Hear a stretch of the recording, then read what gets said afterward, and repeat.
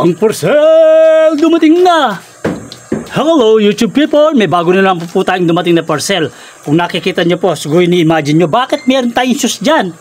Ba't may sapatos? Ibig sabihin, related po sa shoes ang ating parcel na order. Ang tawag po rito ay sneaker heels, sticking shoes, big change, small artifacts, heels, cushion pad, sticker.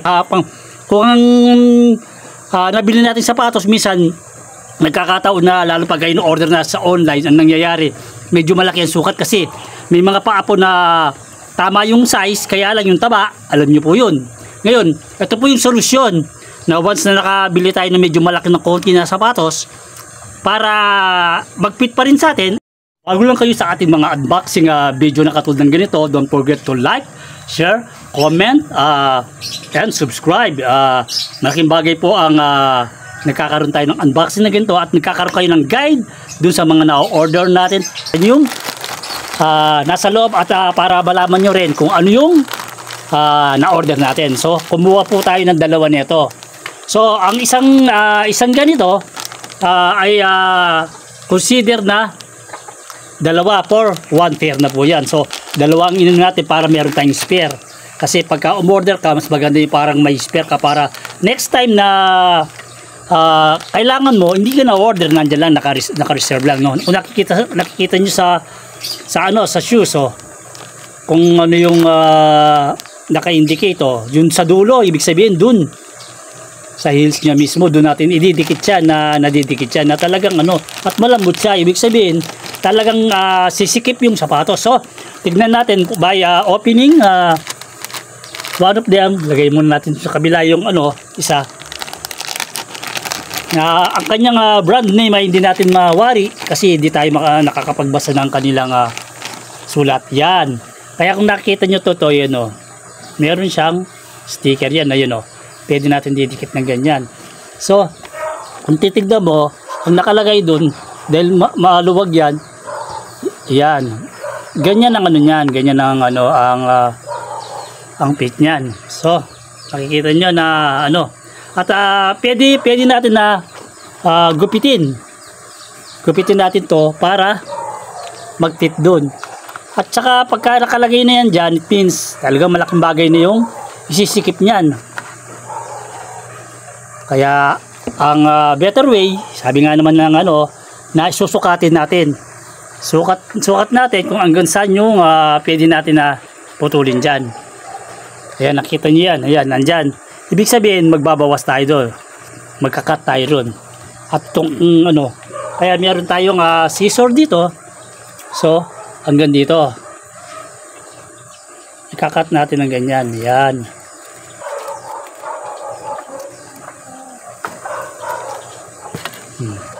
Ito yung pinagkat natin na pwede pag idikit yan somewhere o kaya doon sa dulo ron para sumikip pa. So, ilalagay na natin para makita nyo yung actual. Yung mismo actual niya yan, oh. Meron siyang ano,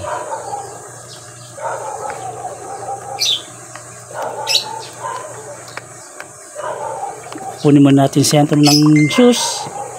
Yan, oh. Oh, as you can see, napakalaking bagay yung talagang isinikip niya. Tingnan mo, nakita nyo. Kasi nga dahil maluwag siya, yung aking anak, nilagyan niya ng ganito. So, ngayon, eto na siya. Na mas komportable na yung anak ko na masasabi natin na ano, na-adjust natin to yan, oh. Yan, oh. Yan.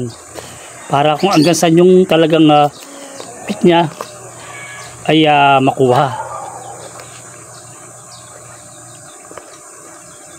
Hindi na siya mahihirapan pagka ano na hindi na maluwag, oh. Na napaka okay ng kanyang ano. Ayan, kung makita nyo, napaka maganda ng anong naging resulta. Another satisfied customer na naman, masasabi natin sa na order natin sa online na sana ito makatulong doon sa mga nakaka-order o nakakabili ng sapatos na medyo maluwag sa kanila or medyo pumayat tayo, numipis ang paa natin, so kailangan natin talaga to. So itong extra to, either pwede pa natin idikit ng ganyan yan kung talagang masikip pa, alam mo yan, o Kung talagang ano pa, yung pinaggupitan natin na to, na ito, pwede pa natin i-attach dito kung talagang kumbaga may kulang pa, o pwede natin ilagay na ganyan, na malaking bagay na makakatulong yan. So I hope nag-enjoy kayo sa ating unboxing at the same time demo ng ating shoe pads ang tawag dito. Ay nakatulong ang ating unboxing review sa inyo para may guide po kayo dito sa ating na-order na pampasikip ng sapatos. Yun ang pinakasimpleng term dito. Makikita nyo po sa online or kahit sa store na meron po sa location nyo, at may solusyon na kaysa doon sa gumagamit tayo dati ng ganito na papel o kaya tissue, anything na nilalagay natin para lang sumikip. Pero ito meron na talaga, ginawa nila ng paraan na napakaganda pa ng ano, na presentable pa ang dating. Kaya I hope you enjoy. Lagi pong tatandaan ng paalala ng inyong abang lingkod na si Ethan Craftsman. Keep safe and God bless.